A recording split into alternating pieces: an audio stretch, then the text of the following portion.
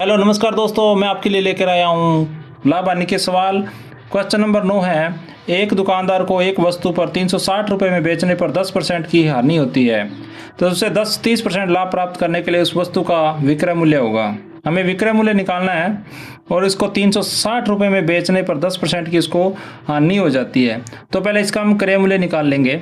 जैसे 360 रुपये में बेचा है तो 10% की हानि हुई है, तो उसको खरीदा कितने में होगा? 100/90 में। यह हमेशा विक्रय मूल्य के साथ हमेशा 100 का गुणा होता है, और प्लस माइनस विक्रय मूल्य 100 से कम ज़्यादा वो लाभ प्रतिशत हानि प्रतिशत के आधार पर करेंगे। अब हमारा ये क्रय मूल्य है। क्रय मूल्य पर 30% का लाभ कमाना है तो हम इसको बढ़ा देंगे। क्रय मूल्य के साथ हमेशा गुणा लगता है 100 प्लस या माइनस में। हमें 30% का लाभ है इसलिए प्लस लगेगा बटे में 100। जब इसको हम कैसे काटेंगे? 100 से 100 कटेगा, 0 से 0। 9 का पारा 36 तक पढ़ेंगे 4 बार में, ये 0 7 लगेगी, यानी 13 चौके 52, यानी 520 रुपये इसका विक्रय मूल्य होगा।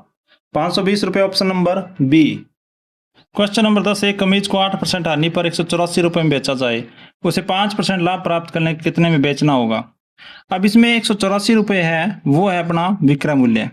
जब हम इसका क्रय मूल्य निकालेंगे तो विक्रय मूल्य के साथ हमेशा 100 का गुना लगता है, और इसके बटे में 8% हानि हुई है तो हम 100 में से 8 घटा करके नीचे लिखेंगे बाण में। अब ये हमारा क्रय मूल्य हो गया।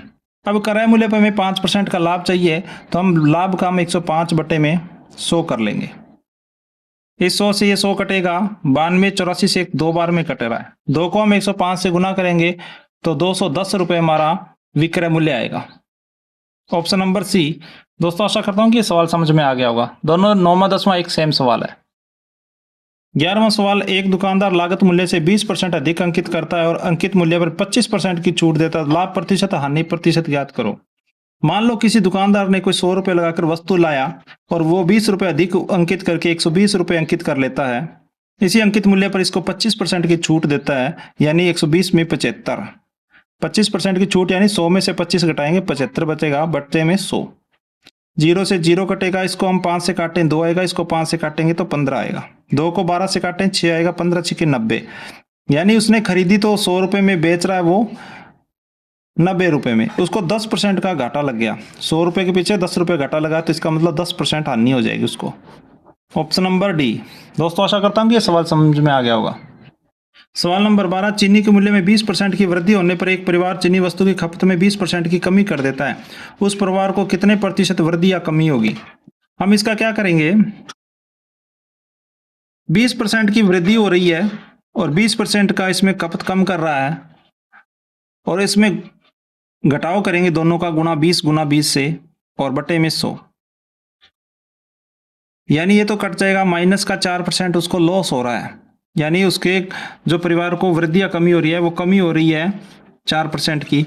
हम इसको मान लो वो 100 रुपये में पहले चीनी ला रहा था, अब वो 120 की चीनी ला रहा है, वृद्धि होकर के 120 की हो गई। अब इसमें से वो 20% की कमी करना चाहता है, तो इसमें 100 बटे में 120 करें। 20% की कमी कर रहा है। 20% की कमी का मतलब होता है, यानी वो 100 में से 20 कम करें 80 और बटे में 100। जब हम 100 0 से हम 0 काटेंगे, 0 से 0 काटेंगे, 12 8 96, यानी उसके वो खर्चा है वो 96 रुपये लग रहा है। पहले 100 रुपये का खर्चा लग रहा था, अब वो 96 रुपये हो गया, यानी उसके पास 4 रुपये का 100 रुपये के पीछे घाटा लग रहा है, इसलिए उसे उसको 4% का घाटा साइन करना पड़ेगा।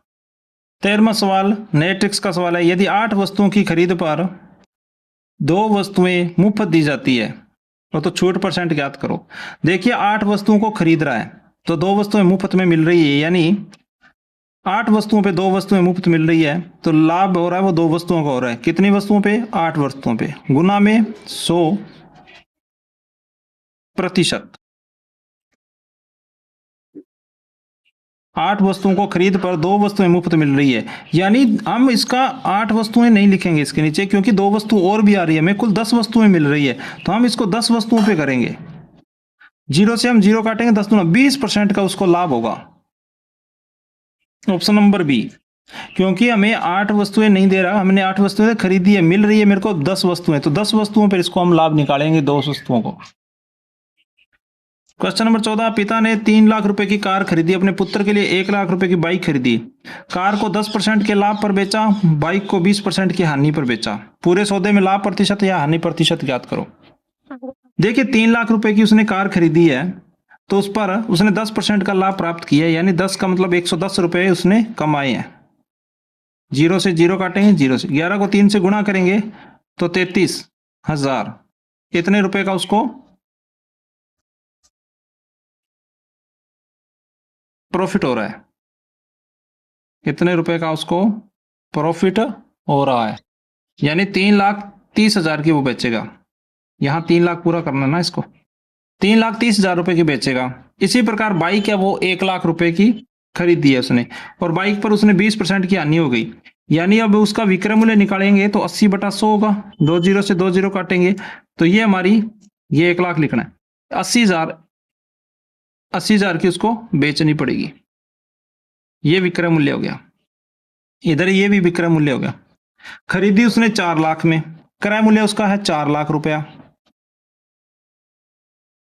और विक्रय मूल्य हमारा आ गया 3,30,000 80,000, यानी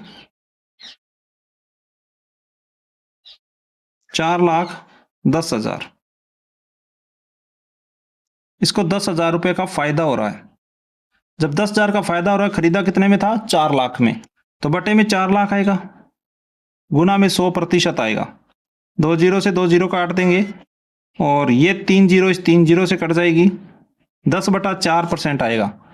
10/4% को हम 2.5% लिखते हैं, 2.5% आएगा। दोस्तों आशा करता हूं कि ये सवाल आपको समझ आ गया होगा। समझ आ गया तो वीडियो को लाइक करें, चैनल को सब्सक्राइब करके दोस्तों के साथ शेयर जरूर कर दें।